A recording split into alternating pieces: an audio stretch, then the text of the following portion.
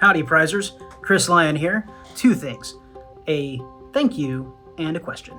First, thank you so much for tuning into PrizeCast. It gives Gregory, Amy, Stephen, Chris, Colby, Melissa, and myself great joy to wake up each and every morning to share the amazing things going on in our community. Without you, we would not be able to create the change that we do with programs like Film Prize, which draws creative entrepreneurs from across the world to our community to spend money and make their films. We would not be able to host the Film Prize Junior, which is our student film competition that reaches high schools and homeschooling institutions from across the state. We would not be able to highlight and elevate local cuisine through Food Prize, or the rising local music scene with Music Prize, or the entrepreneurs through Startup Prize, or set the stage for designers and comedians with Fashion Prize and Comedy Prize. All of this is because of you. So thank you from the bottom of our hearts. We truly appreciate it. Now, the question. Will you help us continue to create these programs, to foster entrepreneurism and creativity, and to shine a light on Shreveport, Bossier City, and Northwest Louisiana? If the answer is yes, please go to giveforgoodnla.org/prize and make a contribution to our fundraising campaign right now. I timed it and it takes about 75 seconds, which is less time than I've been talking. I'm not blowing smoke when I say that every donation counts. Ask any of the prize staff or any of the thousands of artists, craftspeople, businesses, and workers that we have impacted over the past 9 years that we have been in operation. Once again, that website is giveforgoodnla.org/prize. This campaign lasts only through Tuesday, May 5th, so don't wait any longer. Every donation counts and can help us win additional funds. Yes, even your $10 donation can actually help us get more money. Thank you in advance for your contribution. And Viva the Film Prize! Hey everybody, Melissa with the Prize Foundation. I'm super excited for today's episode. However, before we get started, I do want to shout out to our sponsors who help make this all possible. So a big thank you to The Cottage, Coca-Cola, Eagle Distributing, Allen Energy, the Remington Hotel and Suites, the Poliak Group at Morgan Stanley, Elizabeth and Alex Kennedy, and Karen and Cassidy Phillips. Thank you all so much, and thanks everybody for tuning in. We have a great episode today because today we're gonna make some drinks.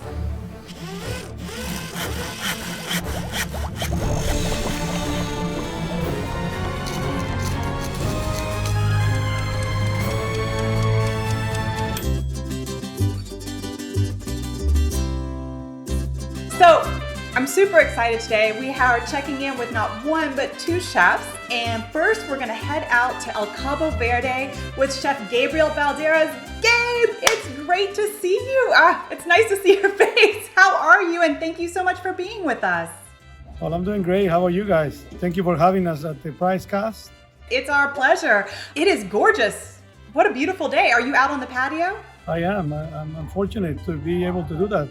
And we're very excited to be able to have a few customers that are willing to come out and sit on the patio and enjoy this nice weather.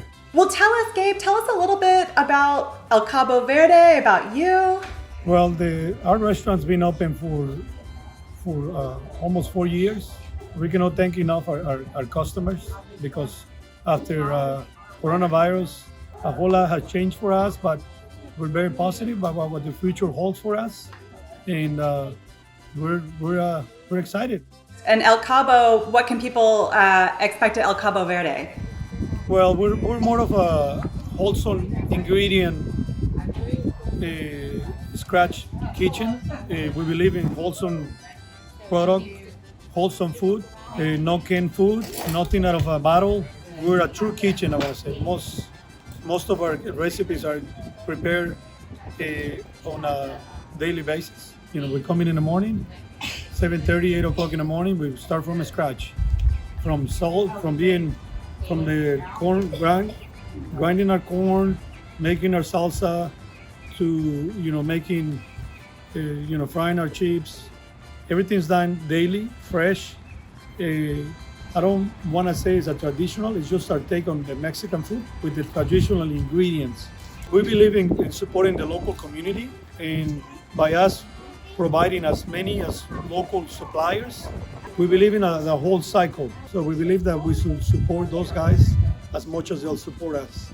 That's wonderful. And so for you, where does your inspiration for cooking come from? When you're creating a dish, when you're creating a menu item, what inspires you? Of course, from my childhood, from bringing my mom and grandma, being around the house, but to me, it will come more from what items are we able to get, and what are those local farmers are able to grow and bring to us.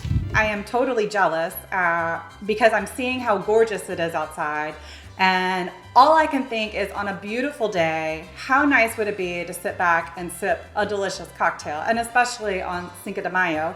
Are you a big celebrator of Cinco de Mayo? Of course I am. I think everyone here is. And especially, for us here in Louisiana, I feel like it's right around the time when the weather kind of gives us, before it gets too hot and before it's not too cold.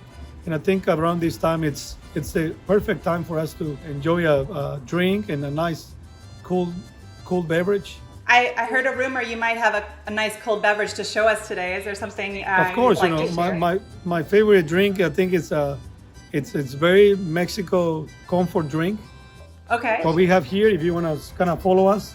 Yeah, so what cocktail are you showing us? We're showing it's a Paloma Cocktail. The beginning of this cocktail dates back to the 1800s, the late 1800s in Mexico. And it's actually named after a folk song in Mexico. It Really? means the dough. So we're going to go through the drink and how we make it here at El CABO VERDE. So we have Topo Chico. We have tequila. Tequila being the main ingredient, we use Don Julio. Okay. We have a little grapefruit juice in here. We have a little simple syrup. We have ice, of course, and our garnish. So we're gonna go through this drink real quick. We're gonna show you. We get our tequila. Okay. Well, I know Gregory's ears perked up. Well, tell Gregory this drink may become his favorite now. An ounce and a half of tequila. We're gonna go ahead and do an ounce and a half of grapefruit juice. I love that you're using fresh grapefruit juice. I've seen Paloma sometimes where they use like grapefruit soda, so I love the freshness of this drink. Okay, so we'll go ahead and add our ice to our drink, and then I'm gonna add it up. I'm gonna top it off with a little bit of simple syrup. We got about an ounce simple syrup in there. We're gonna stir a little bit. You don't need a whole lot of stirring because you have in Mexico, most places you don't even mix it. You just put in the ingredients in there, and we're gonna top it off with a little bit of club soda or Topo Chico, whichever one you have available. And then we're gonna garnish it with a lime wheel. And there goes our drink. That sounds so good and so refreshing and perfect for spring. I hope you guys are able to make it at home and have a nice summer. Come and see us. Holy moly, Gabe, that Paloma sounds so incredibly refreshing. I know I will be throwing back a couple of those because I love grapefruit. Thank you so much for joining us today. It's a pleasure to be here with you guys, and I'm following all those videos, and I'm following you guys closely, and I hope you guys come out and see us for Cinco de Mayo as well. Responsibly, of course. Social distancing is the new normal for everyone, and I hope everybody stays safe out there at home, and hope to see you soon. Hey, viva to you, Chef Gabriel. It's great having you with us today, and we can't wait to enjoy this delicious Paloma. Thank you, guys.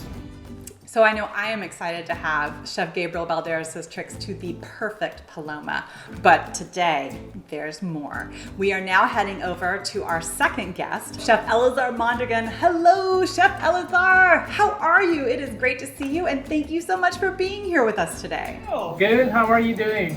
Hey, I'm doing great. It's great to see your face. Can you tell everyone who doesn't know you yet a little bit about you and where you're at? I am a co-owner at Team Mexico.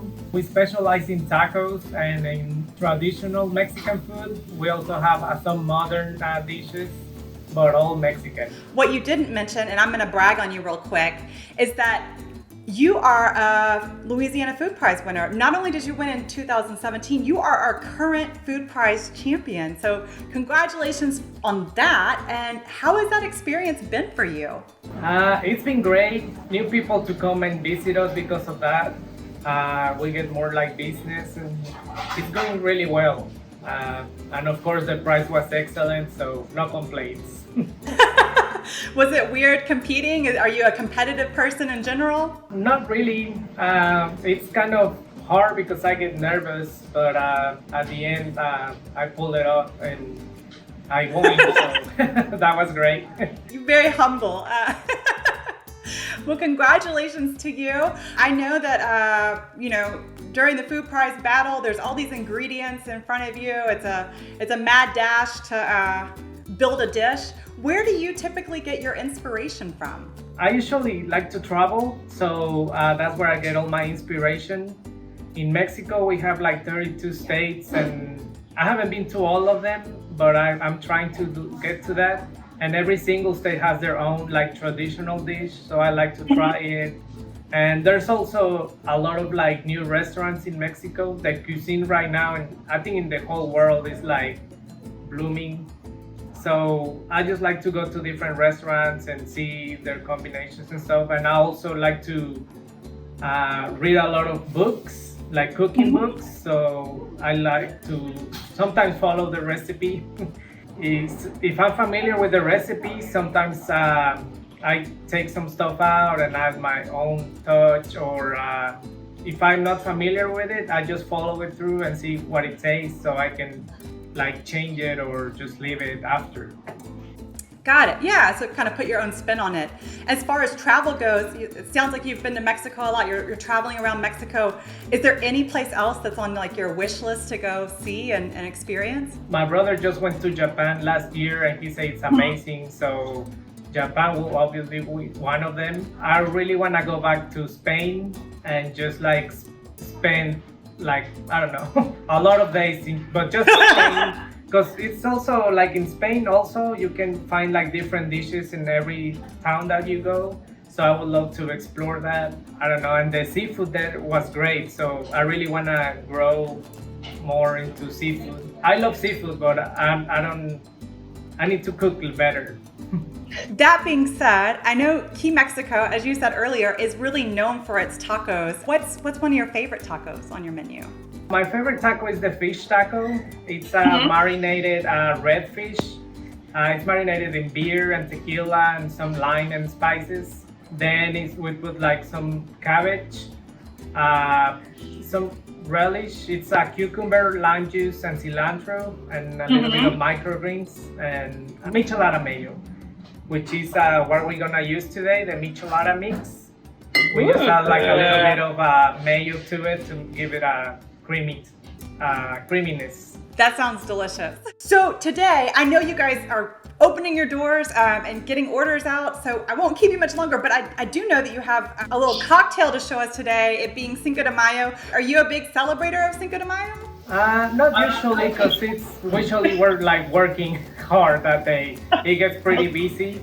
We celebrate the day after, whenever it's a little bit more calm. Well, what drink are you going to show us today?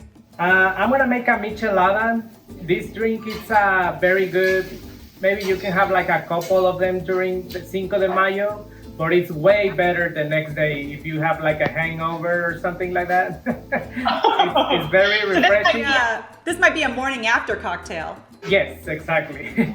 Well, tell us what's in a Michelada. How do we make it? Okay, so when you got the glass, we're gonna put a little bit of lime on the rim. All right. And then I have a little bit of, it's like a mixture of salt, chili powder, probably dehydrated lime.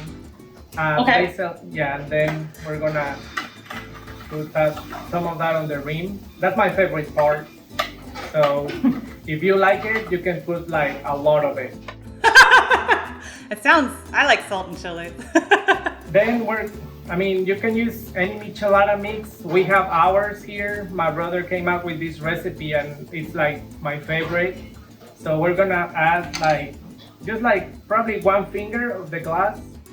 Okay. So you guys actually sell the Michelada mix? Yes, and yeah, it's my favorite. I really enjoy my Micheladas every Sunday. All right. And then what's next? We're gonna add a little bit of citrus. This is just like a mixture of lime juice, lemon juice, and a little bit of orange juice. Just like 2 ounces. And then We're gonna add clamato, just like a little bit.